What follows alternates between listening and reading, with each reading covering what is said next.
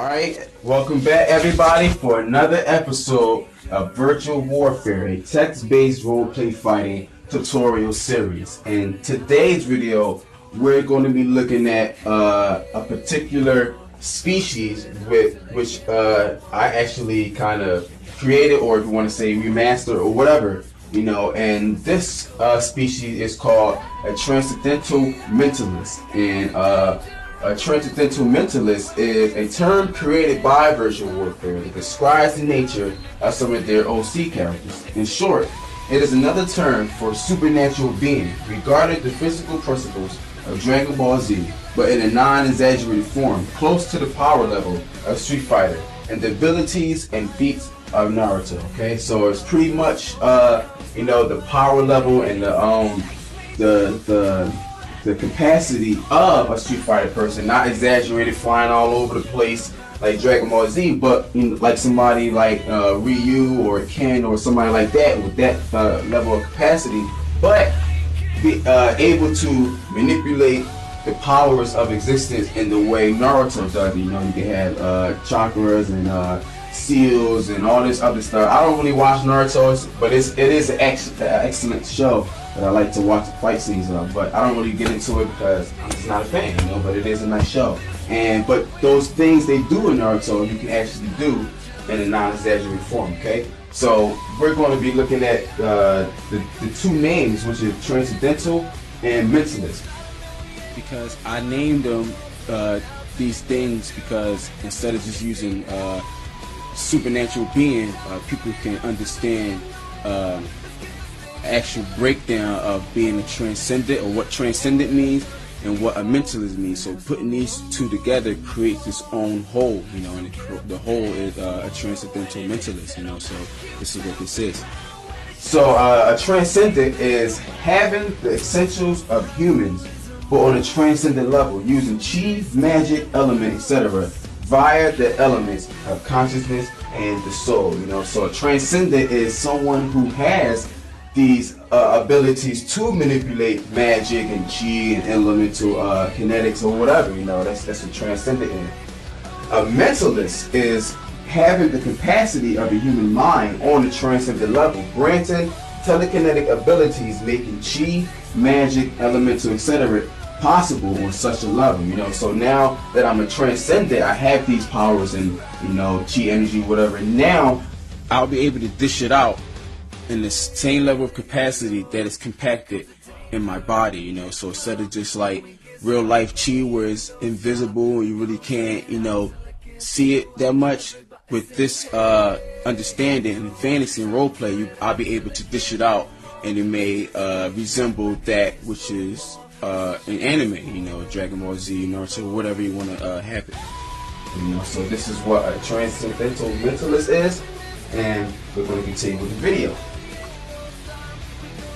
Alright, as explained in the wiki entry titled, which I forgot the title because I'm trying to make these videos as fast as I can, because I have a lot of work, you know, a lot of real life stuff, and it's hard for me to sit back, draw back, and actually focus on making these videos because I gotta reread my material, rehearse it, get the things together, and it's just a lot of work to be done. There's just a lot of work to be done. So I'll just leave the link in the description below, so if anyone want to read it before I make a video for it, you can read it and actually catch up on things before the video comes out. Okay, regarding how Virtual Warfare perceives the essence of existence, the essence of life radiates through existence similar to ripples in a pond. You know, Lee talks about this in the same way. You know, these ripples vibrate on different planes of existence or frequencies of energy, okay? So we have the superpotential field, which is the water itself. You know, just get these images in your head, okay? The superpotential field is water itself, okay? The potential fields are the water currents, you know, the water currents, okay? And electromagnetic fields are the bundles of water molecules or particles or whatever, you know. And this is this is how life itself is illustrated in some beliefs. You know, some people don't believe anything at all, you know, but me personally, I believe life is illustrated in this way, you know. Through this analogy, Virtual Warfare has created a method of understanding for the use of power on how they work and correspond with each other in the art of roleplay fighting. Okay, so we're going to be looking at we're going to break down at the different fields, superpotential field, potential field, and electromagnetic field. Okay, so the source of energy that the majority of people are familiar with is electromagnetic energy, or EM energy. EME is responsible for holding all matter and mass together. It is also responsible for generating electricity wavelengths such as gamma, micro, radio waves, etc. EME also keeps us alive through our electric potential, the electricity in our bodies. That's why food and rest is needed to regulate our energy to think, function, and carry out our everyday purpose. So electromagnetic energy is what we use to live, what we use to gain energy. This is what runs the physical world. This is what runs the physical body. Okay. So potential energy is the energy of chi, mana, which is another form of magic, and chakra. It is the form of sub-EME generated by the subconscious that allows a tangible substance to have physical traits such as force, texture, and visibility. If you think about ghosts, how ghosts uses a spiritual nature and manipulates electromagnetic energy in a way to come in contact with the physical world. This is almost the same way as that. This is the energy that emanates electromagnetic and is responsible for allowing it to exist in the physical world. So if you ever heard there's a saying that says, we are spirits having human experiences, not humans having spiritual experience. So first we are spiritual and then we are physical. So the energies from the spiritual world is what creates the energy or the matter and mass for the physical world. This is not a scientific fact. The science does not support this claim, but other beliefs do. So I'm going by what my beliefs are. Since this is roleplay fantasy, it doesn't matter. It doesn't matter who's right, who's wrong, as long as it makes sense and it's plausible to be a real thing. So it's going next to going to superpotential energy. Okay, superpotential energy is the energy of life itself. It is the energy of pure consciousness and is responsible for the power of belief, dreams, and imagination. This is the energy created by that which is beyond comprehension, the afterlife, heaven, nirvana, etc. So superpotential energy is the energy that you can't even comprehend, the energy that causes a conscious to even be conscious, the energy that causes life to even be life. This is superpotential energy. And this is where we get the term or the rule set where it says that you can't inhabit godlike powers, but you can call on God's power. You can call on, spells from gods or whatever. So this is what this is referring to. This superpotential energy. You can't exhibit it fully, but you can harness it in a way where it makes it possible, makes it non-godlike. Now that we understand the breakdown of each section of water, whatever, or the illustration of water, we can get into more deeper understanding. The energies of pure creativity and imagination makes consciousness, or the soul. Consciousness uses chi, chakra, etc. to express itself in bodily form. As the physical body, as the creation of the physical world is made from the energy of spirit and motion. The physical energy and emotion creates matter and mass, light, heat, sound, etc. The motion of these things create naturally makes potential and kinetic energy through the flow of life, flowing and flowing to make spread life where I don't know.